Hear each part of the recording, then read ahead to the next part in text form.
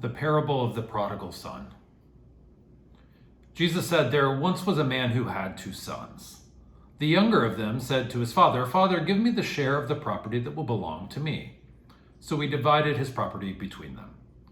A few days later, the younger son gathered all he had and traveled to a distant country. And there he squandered his property in dissolute living. When he had spent everything, a severe famine took place throughout that country, and he began to be in need. So he went and hired himself out to one of the citizens of that country, who sent him to his fields to feed the pigs. He would gladly have filled himself with the pods that the pigs were eating, and no one gave him anything. But when he finally came to himself, he said, 'How many of my father's hired hands have bread enough and to spare? But here I am dying of hunger.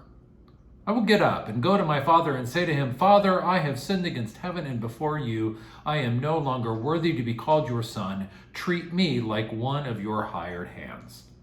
So he set off and went to his father. But while he was still afar off, his father saw him and was filled with compassion.